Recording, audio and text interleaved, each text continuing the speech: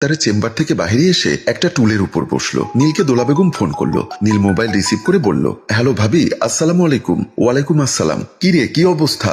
ডাক্তারের সিরিয়াল পেয়েছিস? তুমি যে ডাক্তারের কথা বলেছিলে ওই ডাক্তারের সিরিয়াল পাইনি, তাই পাশে অন্য একটা ডাক্তারের কাছে নিয়ে এসেছি। ভালো করে ট্রিটমেন্ট করে তারপর বাসায় আসবি। মেয়েটা আজ কদিন ধরে পায়ের ব্যথায় হাঁটতে পারছে না। আচ্ছা ভাবি, তুমি টেনশন করো না, বলেই মোবাইলের লাইন কেটে দিল। এমন সময় ডাক্তারের চেম্বারে আসলো একজন ভদ্রলোক, আরেকজন ভদ্র মহিলা। দেখেই বোঝা যাচ্ছে ভদ্র মহিলা পেটের ব্যথায় কাতরাচ্ছেন। ভদ্রলোক বলল, ভাই, ডাক্তার সাহেব কি ভেতরে আছেন? নীল বলল, জি আছেন, উনি রুগী ট্রিটমেন্ট করছেন। ভদ্রলোক তখন বলল, তাহলে আমরা এখানে বসি, ট্রিটমেন্ট করে ওই পেশেন্ট বের হলে তারপর আমরা ঢুকবো। ভদ্রলোকের সাথে থাকা ভদ্রমহিলা বলল, আমি পেটের ব্যথায় আর বাঁচি না, একটু তাড়াতাড়ি করো। ভদ্রলোক বলল, এতক্ষণ ধরে কি ডাক্তার দেখাচ্ছেন উনি? আমি একটু ভেতরে ডাক্তার সাহেবের সাথে কথা বলে দেখি। বলেই ভদ্রলোক যখন পর্দার কাছাকাছি গেলেন তখন পর্দার আড়াল থেকে উনি যা দেখলেন তা ভাষায় প্রকাশ করার মতো না। উনি জিওবাই কামড় দিয়ে বলল, নাউজুবিল্লাহ, এসব কি? উনি ওনার ওয়াইফের কাছে এসে বলল, এমন ডাক্তারের কাছে আমি তোমার চিকিৎসা করাবো না, চলো আমরা অন্য ডাক্তারের কাছে যাই। বলে উনি ওনার ওয়াইফকে নিয়ে চলে গেলেন। নীল মনে মনে ভাবলো, এই লোক কি আবার দেখলো, আমি একটু দেখি তো।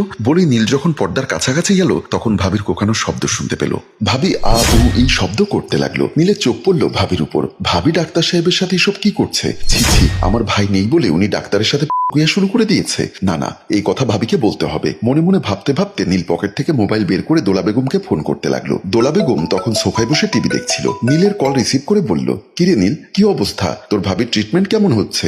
ভাবির ট্রিটমেন্ট চিৎকার হচ্ছে। ট্রিটমেন্টের ঠেলায় ভাবি উ আ শব্দ করছে। কি বলিস? উ আ? এটা আবার কেমন ট্রিটমেন্ট? বোঝো না, ভাবি ডাক্তার সাহেবের সাথে কিয়া করছে। দোলা বলল, তোরা কোন ডাক্তারের কাছে গেছিস? ডাক্তার মমিন সাহেবের কাছে। তখন দোলার মনে পড়ে গেল আজ থেকে 10 বছর আগের কথা। দোলার স্বামী তখন প্রবাসে থাকেন। দোলা তখন গর্ভবতী। বাড়িতে তখন কেউ ছিল না। হঠাৎ করে দোলার পেটের সন্তান কেমন জানি অদ্ভুত নড়াচড়া করার কারণে দোলা বিছানায় ছটফট করছিল। এমন সময় ডক্টর মমিন সাহেব এসে বলল, আপনার সমস্যা কি? এভাবে ছটফট করছেন কেন? দোলা বলল, আমার শাশুড়িকে বলেছিলাম একটা মহিলা ডাক্তার আনতে। আপনি পুরুষ ডাক্তার, আপনাকে আমি সব কথা কিভাবে বলি? তখন ডাক্তার মমিন সাহেব একটা মুচকি হাসি দিয়ে বলল, লজ্জা পাওয়ার কোনো কারণ নেই, আমাকে আপনার বন্ধু ভাবতে পারেন, সবকিছু আমার সাথে ফ্রিলি শেয়ার করবেন। দোলা বেগম তখন মনে মনে ভাবলো, এই লোকটা বলে কি, আমি নাকি তাকে বন্ধু ভাববো? নাউজুবিল্লাহ নাউজুবিল্লাহ। ডাক্তার মমিন সাহেব তখন বলল, পেটের বাচ্চা অস্বাভাবিক নড়াচড়া করছে, দেখি তো। বলে দোলার পেটে হাত দিতে গেল। দোলা তখন নাউজুবিল্লাহ আস্তাগফিরুল্লাহ বলেই শোয়া থেকে উঠে গেল। এই মিয়া, আপনি পরপুরুষ, আপনি আমার পেটে হাত দেন কেন? লুচ্চা লাফাঙ্গা কোথাকার,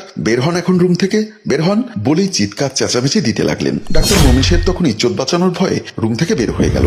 দোলার মনে পড়ে গেছিল সেদিনের কথা। নীল বলল, কি হলো ভাবি, কিছু বলছো না কেন? তুমি কি আমাকে শুনতে পাচ্ছ?